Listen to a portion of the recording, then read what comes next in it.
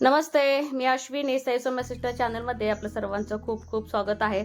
आता जसं ना प्रेग्नन्सी पुढं चालेल तसं अगदी माझं ना साधं साधं रुटीन आहे. जास्त धावपळीचं वगैरे नाही आहे. आणि जे काही आहे आता जे काही माझं सकाळपासून जे संध्याकाळपासून रुटीन असतं, कधी कधी संध्याकाळचं रुटीन दाखवायचं होत नाही, कधी सकाळचं होत नाही. पण जेवढं दाखवायचं होते तेवढं मी दाखवायचं प्रयत्न करत असते.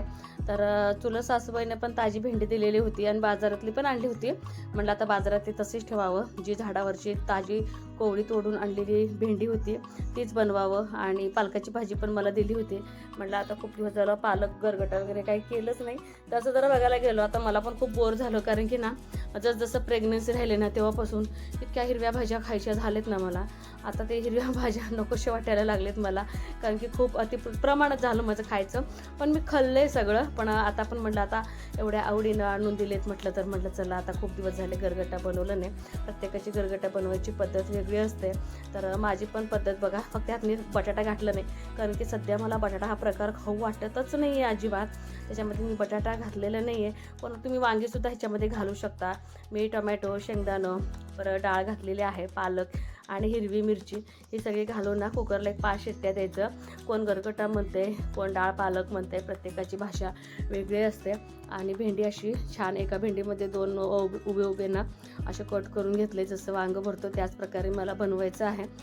जे काय आपले दररोजचे मसाले आहेत, जसं की शेंगदाण्याच्या कुटापासून लसूण खोबऱ्यापासून ते जे काय आपले मसाले आहेत ते सगळे मसाले ना एका एका भेंडीमध्ये भरून घ्यायचं आहे.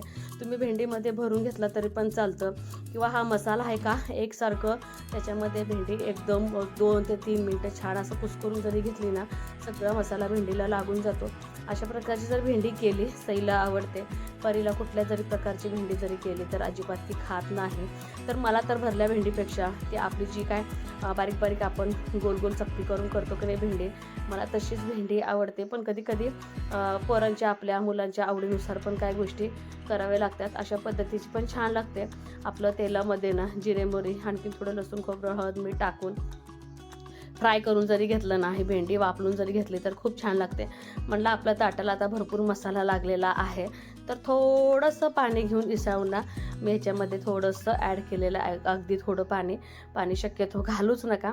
आणि छान ह्याची वाफ काढायची. एक 5-6 मिनटं तरी अजिबात ना ह्याच्यावरचं जे झाकण झाकले ना अजिबात उघडायचं नाही. खूप छान भेंडी होते. तुम्हाला ह्याच्यामध्ये दही जरी घालायचं असेल का, जेव्हा मी मसाला भरत होते ना त्यावेळेस थोडंसं जरी 1-4-5 चमचे जरी दही ॲड केलं तसं पण खूप छान लागते. जर भेंडी लवर असाल तर एका बाजूला भात आणि आपलं गरगटा पण शिजून झाला होता. गरगट्याला का लसूण खोबऱ्याचा अजिबात मी वापर करत नाही, फक्त लसूण ठेचून घालते. खूप छान असं हा गरगटा लागतो. आणि एका बाजूला तुम्ही बघू शकता खूप मस्त अशी आपली भेंडी, मसाला भेंडी म्हटलं तर चालेल, भेंडी अगदी मस्त अशी रेडी झालेली आहे. बाजरीची भाकरी घ्या, ज्वारीची भाकरी घ्या, एक नंबर लागते खाण्यासाठी. आणि गरगटा पण एका बाजूला फोडणी टाकलेला होता. दोघींचा खराटा बनवायचा चालू आहे. तर हा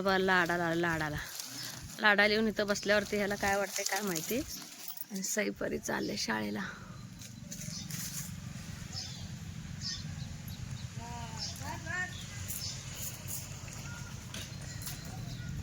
ते काका माझ्या चुलत सासूबाईने इडली सांबर दिले खायला. हा जाऊ, बरं झालं भेटून आला आई एकदाच.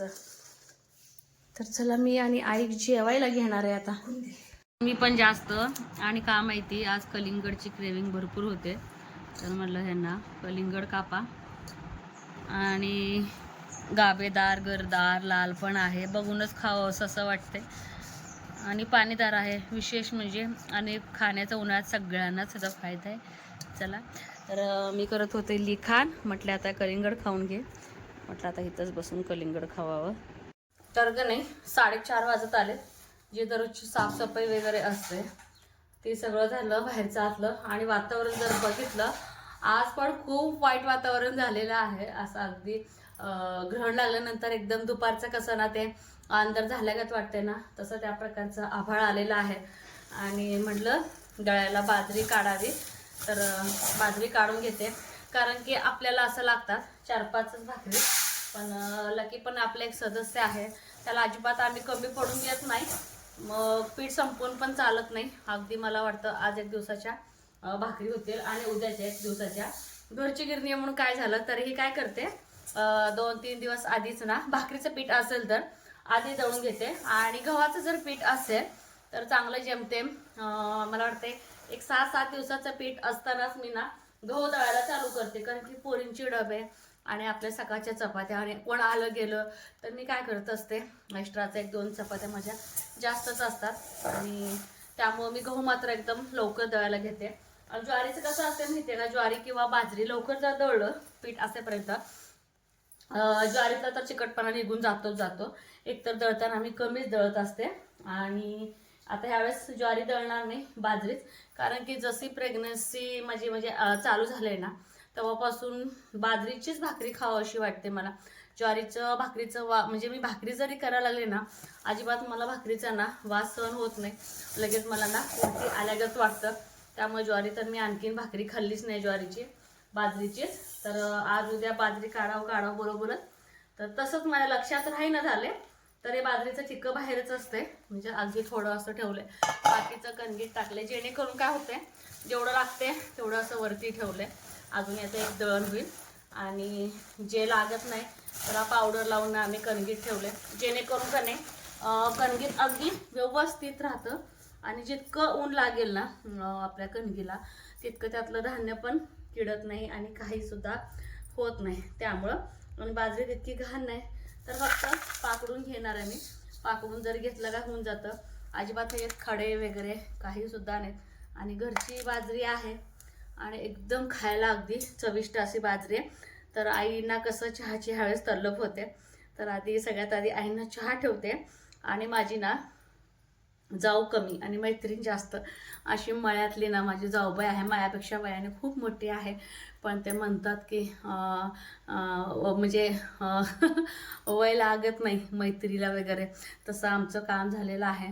त्यांच्या एवढ्या कामाचा त्यांचं जर लोड जर सांगितलं ना, इतकं काम असतं ना, सेम आपल्या अक्काला जसं असतं की नाही तसंच त्यांना सुद्धा काम आहे. तेवढंच नका होईना, पण त्यांच्या मुलासाठीच त्यांनी खायला बनवलं होतं. पण करताना त्यांना माझी आठवण आली आणि त्यांनी मला खायला पाठवले. ते मी आणखीन खाल्लेले नाही. म्हणलं आधी तुमच्याशी शेअर करावं, तुम्हाला दाखवावं, मगच मग मी खाणार आहे सईपरी आल्यानंतर. तर चला, वातावरणाचा परिणाम आहे. गरमगार हवा असे चालले. आधी आईना चहा देऊन घेते, मगच ना बाजरी पाकडून लागलंच. उद्या बुधवार पण आहे, उद्या लाईट असते की नाही मला माहित नाही, पण उद्या एखादा डब्बा का होईना मला दळण दळावंच लागणार आहे. तर पाकड्याच्या अगोदर आईने चहा ठेवणार आहे. आला का तू? तर झालं का नाही? भाऊ कसं येणार आता? बारकी तुमची दिली काय? मग गाडी कोण तुम्ही आणली काय? तर भाऊंची गाडी आहे. तर काहीतरी प्रॉब्लेम झालं होतं वाटतं, मग हे गेले होते तिकडं. मग आता ही गाडी मग आता येतो म्हणतात काय? चला, चहाच ठेवायला लागलो, ते आलात बरं केलात. चला, आई ना आता केव्हा ऐकवायचं, आईना ती बोकड सापडून झाले. इतकं आगाव झालेत ना पिली. हे बाहेर जर आलं आई झाडेपर्यंत, आई काय करतात बाहेर सोडतात. मला अर्धा तास ताणवलंय. जेव्हा लकी मागे लागलं तेव्हाच ते आत गेले. आई काय करते झाडच तर जर पिल्ली मोकळं जरा गांगार जरा खेळतेल काय तर थोड्यात घालतेल म्हणून ठेव, बाहेर सोडतात. सापडत नाही. आणि ही पोरग ही लागते महाग. चला, चहा ठेवायचंय. आणि वातावरण बघू शकता तुम्ही, वातावरण बघ कसं झालं. सगळीकडेच असं शक्यतो सगळीकडेच असं वातावरण झालंय. आणि सकाळी इतका कचरा निघाला ना, पाला पाचोळा अक्षरशः तिघं आम्ही सकाळी झाडलं. एकटीला पण होत नाही. तुला चपात पाहिजे का? आले पुरींच्या मागं लागतंय. चल या गेम गेला. भूक त्याची मोठी हो. पंक्चर निघाली का? काढायचं आहे. निघाली. तुम्ही काढली काय पंक्चर? नाही, दुकानदार. कुठं? हे आपल्या इथल्या गॅरेज मध्ये. तुम्ही काय करणार आहे? चहा पिणार आहे की नाही? मला नको चहा. नको? पिऊन आलो मी गावात. ना. तर एकदा चहा ठेवला आईसाठी. सईपरी आली की सईपरीला चहा दूध ठेवते. आणि तुम्हाला मगाशी बोलल्याप्रमाणे जाव कोणते आणि मैत्रीण जास्त छान असं सजूरी केलं. एवढंच की त्यांच्या जावाच्या मुलाकडे दिलेले, त्यांना दाबून कुचून ट्युशनला येताना बॅगेत घालून आटला होता खाऊ हे. तर खरंच मी टेस्ट करून बघितले. सजोरी पण खूप छान आहे. एकदम मस्त. मला वाटतं गुळातले सजूर आहे त्यामुळे टेस्ट लागते. ते का सगळं तुकडे करून आणलाय. आणि शंकरपाळी पण एकदम मस्त. हे बघा किती छान क्रिस्पी बनवलंय. आणि खास करून दाणेदार हे बेसनाचे लाडू. एवढं द्यायचं म्हटलं तरी किती करायला अट्टहास असतो. बरं करायचा अट्टहास राहू दे, पण एखाद्या व्यक्तीची आठवण काढून देणं खरंच खूप महत्त्वाचं आणि विशेष आहे. मला एकदम भारी पण वाटतं आणि एकदम मला ते कसतरच वाटतं. माझ्यासाठी सगळेजण असं एवढं छान छान वस्तू करतात. मग मी पण काय करत असते, काहीतरी एखादा पदार्थ वगैरे बनवून देत असते. मग त्यांना मी त्यांचा फोन म्हणजे मी त्यांना फोन करून विचारले कशाला दिला काय तुम्हाला काम. मग ते बोलले की अश्विनी प्रेम जास्त महत्त्वाचं आहे. तर चला पसाईपर्यंत आली की नाही मग खाते, थोडंसं टेस्ट बघते. सध्या तर आता आईला चहा ठेवलेला आहे, तर चला आईला चहा ठेवून घेऊन घेते. मी आईला आत्ताच म्हटले मग कशाची पुरणपोळ्या सुकडीच्या पोळ्या बनवल्या आहे ना. मग पौष्टिक पौष्टिक पुरणपोळ्या आले त्या पोळ्या गरम केलं मला म्हणजे पहिल्या देऊन येतो. हा आई आले काय इथं कोण नाही नाही आले. घरी गेली. आज काय जेवण आज लय काय काय खायला मिळणार आहे. तर काय बघ परी करते चहा कर. काही नको चहा नको चहा नको नको आता जाऊन जेवायचं. आमच्या स्वतःला खूप थँक्यू म्हणून सांगा. होय त्याला काय असतं एक मस्त पैकी आता शॉर्टच टाकणार आहे. येतो की प्रसाद घेऊन या की खुशी.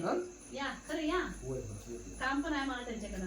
आठवण येते हो. त्याला आठवण येते की ही कुत्र्याची माणसांची भाकरी बनवावं लागते. बनवून हा दोघांचं बनवावं लागतं. तर अंड्याची पोळी तिचं तीच करणाऱ्या बोलते. हा तेल टाक. आणि मी करून देते पटपटले तापले तवा. बरं टाक. बघ आजी म्हणते तवाले तापले लवकर. आज जरा तेल टाक. भाकरीचं हे असं पीठ लागलं. चला हा ह्यातलं तुला निम्म बाबाला निम्म आहे. हा चला तर अंड्याच्या पोळ्या बनवायच्या आहेत 2 कर. आणि साईडला तेल घालायचं म्हणजे पटकन निघतं, चिटकत नाही. थांब. तर चला इथंच व्हिडिओचा एंड करणार आहे. पटपट 2 पोळ्या पण बनवून घ्यायचे आणि ह्यातला आर काढून इथे शेगडीत घालायचं आणि दूध तापते. चॅनेलवरती कोण नवीन आहे का लाईक शेअर आणि सबस्क्राईब करायला अजिबात विसरू नका. बाय.